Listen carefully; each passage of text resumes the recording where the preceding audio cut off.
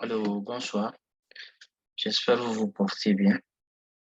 Euh, pour ceux qui ne se sont pas encore abonnés, s'il vous plaît, abonnez-vous et ça vous permettra de ne pas rater les vidéos futures que nous allons mettre sur la chaîne.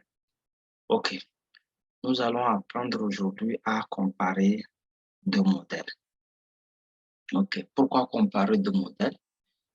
Euh, Selon l'étude que vous êtes en train de faire, il peut se faire, vous avez le choix entre plusieurs modèles. Vous avez le choix de choisir plusieurs modèles pour faire votre étude.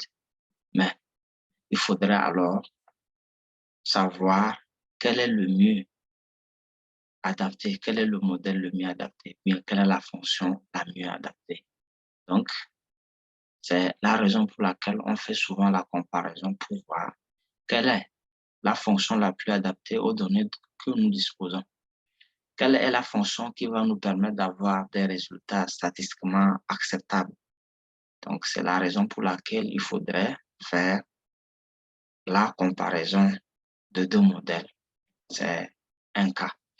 Et dans ce cas, pour le faire, on utilise Log Likelihood Ratio Test pour faire cette comparaison. Donc, ici, le premier exemple que nous avons, bon, pour les études d'efficience, nous avons le choix d'utiliser la fonction Cobb-Douglas. On peut utiliser également la fonction Translog. Mais on ne peut pas décider de prendre la fonction Cobb-Douglas ou bien la fonction Translog. Il faudra alors un test qui va plus nous indiquer la fonction la plus adaptée.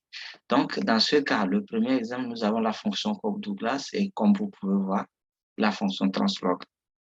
Donc, la fonction Cobb-Douglas, c'est ce que nous appelons ici la fonction restricte et la fonction Translog, la fonction complète. Comme vous pouvez voir, au début de la fonction Translog, nous avons intégralement la fonction Cobb-Douglas. Donc, la fonction Translog ici est complète, elle est totale. Et ici, la fonction Cobb-Douglas est restricte. Donc, ces deux fonctions, comme vous pouvez voir, les formes sont non linéarisées. Ce n'est pas à la forme linéaire. Nous sommes obligés de linéariser ça. Et comment le faire? On apporte juste le ln, le logarithme naturel. Et c'est ce que ça devient comme fonction. Et c'est la même chose ici. Donc, cela voudrait dire que la même chose doit se faire avec nos données avant de continuer. Donc, si je vais essayer de vous montrer comment les données peuvent toutefois se présenter. Cette partie-là est sûrement la partie que nous apportons du terrain. Donc, étant donné que nous avons à linéariser nos fonctions, on apporte juste ln à ces variables. Ici, par exemple, c'est ln de toutes les valeurs qui sont là-bas. Comme je clique, quand je clique ici, vous pouvez voir que c'est ln de A2. Ici, c'est ln de A3. C'est la même chose qui a été faite avec toutes les autres variables. Mais maintenant, si nous voulons régresser notre fonction Cobb-Douglas, on s'arrête ici. Donc, après, on va utiliser le reste pour la fonction Translog. Donc, nous devrions convertir nos données de cette manière-là avant de procéder. Donc, ces données, on va les amener dans Stata. Donc, n'importe ça.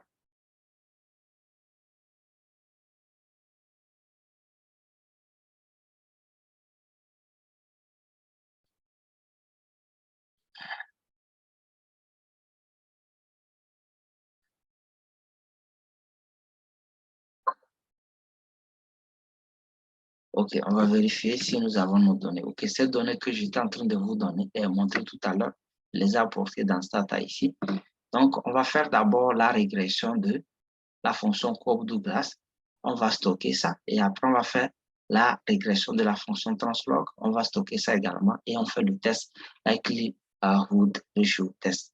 Donc, ici, par exemple, je fais juste la régression de la fonction Cobb-Douglas en tenant compte de ln de la variable dépendante, ln de la variable indépendante, ln de la deuxième variable indépendante, ln de la variable troisième variable indépendante. Donc, ça, c'est la régression et c'est le résultat de la fonction Cobb-Douglas. Donc, je vais stocker ça. Donc, et dire, par exemple, je vais l'appeler modèle. Modèle je vais juste appeler ça modèle 3 ou bien modèle 4. Je stocke ça. Et maintenant, je fais également la régression de la fonction translog, l'un des la variable dépendante, de la deuxième variable, la première variable dépendante, la deuxième variable indépendante, la troisième variable indépendante. Maintenant, les interactions entre les variables, les ln des variables. Maintenant, le demi du carré de chaque variable. Donc, ici, c'est la fonction translog. Donc, je fais également le stockage de la fonction translog et je vais appeler ça modèle 4. L'autre, je l'avais appelé modèle quoi? Modèle 4. L'autre était déjà modèle 4. J'appelle ça modèle 5. Donc, je stocke ça aussi. Pour faire le likelihood ratio test, j'utilise juste LR test. Et je mets modèle 4 et modèle 5. Maintenant, pour tous les tests statistiques, nous avons ce qu'on appelle l'hypothèse nulle que nous pouvons rejeter ou accepter en fonction du résultat du test. L'hypothèse nulle dans ce cas dit que le modèle restreint ou bien la fonction restricte, dans notre cas, la fonction Cobb-Douglas est la fonction la plus adaptée à nos données. C'est ce que l'hypothèse nulle dit.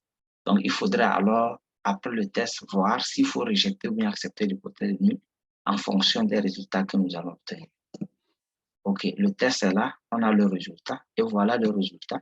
Le résultat, ici, c'est le p-value qui nous intéresse plus ou bien la probabilité associée. Ici, on peut voir que c'est inférieur à 5%. Donc, notre valeur référence est 5%. 5%, c'est 0,05. Donc, ici, cette valeur-là est inférieure à 5%.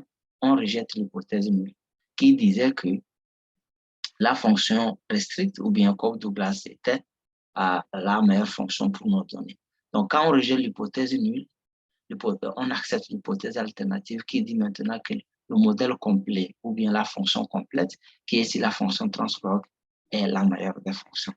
Donc, ici, si on avait une étude à faire, des données dont nous disposons, on avait une étude d'efficience à faire. Donc, on peut se permettre facilement d'utiliser la fonction translog parce que le likelihood ratio test de comparaison de deux modèles, donc le modèle le plus adapté, c'est la fonction translog. Donc, ça, c'est un premier cas. On continue maintenant avec d'autres cas. Le second cas, par exemple, les deux modèles sont des modèles linéaires.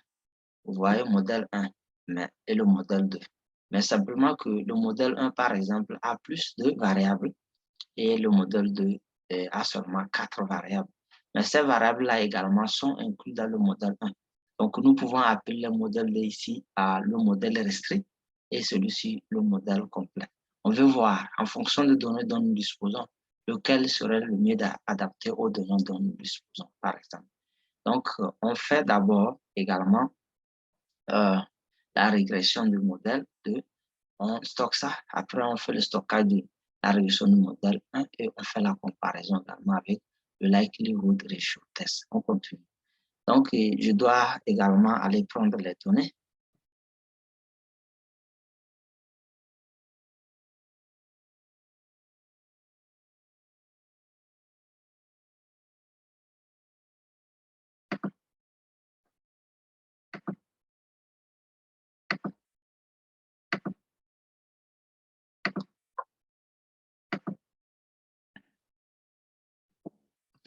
OK, les données, j'étais en train de vous montrer. Voilà, j'ai les 9 variables. Donc, je peux commencer mes régressions. Je commence par le modèle restreint. Je m'arrête à 4 variables indépendantes. Je stocke ça et après, je fais toutes les variables. Donc, j'ai ça également. J'ai le résultat. Je fais le stockage. J'avais appelé ça modèle 6. OK? Donc, je continue avec le modèle complet. Je vais faire la régression de tout ça là en prenant toutes les variables indépendantes. J'ai sauté 3.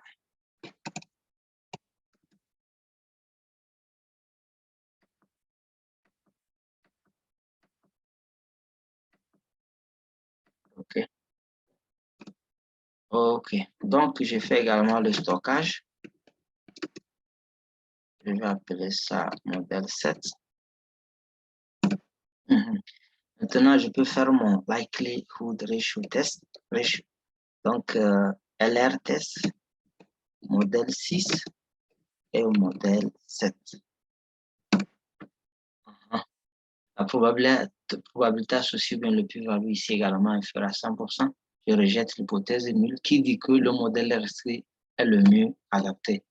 Donc ici, on rejette l'hypothèse nulle et on accepte l'hypothèse alternative. Je voudrais dire qu'en fonction ou bien les données que nous disposons, le modèle complet qui a toutes les variables indépendantes est le mieux adapté pour notre étude, par exemple. Donc, on termine également par un cas de comparaison de deux modèles. Ici, par exemple, qui ont le même nombre de variables indépendantes, mais ce que le premier, on a appliqué ln à toutes les variables du premier et la variable dépendante, les variables indépendantes, qu'on appelle log-log modèle, et celui-ci, qui n'a pas de ln. Bon, les deux sont quand même des variables linéaires et des modèles linéaires, mais celui-ci est appelé log-log modèle puisqu'il a le ln et celui-ci est appelé juste le modèle linéaire simple. Le modèle linéaire, ok? On utilise le terme de modèle linéaire simple lorsqu'on a seulement une variable indépendante, mais ici, on va l'appeler modèle linéaire.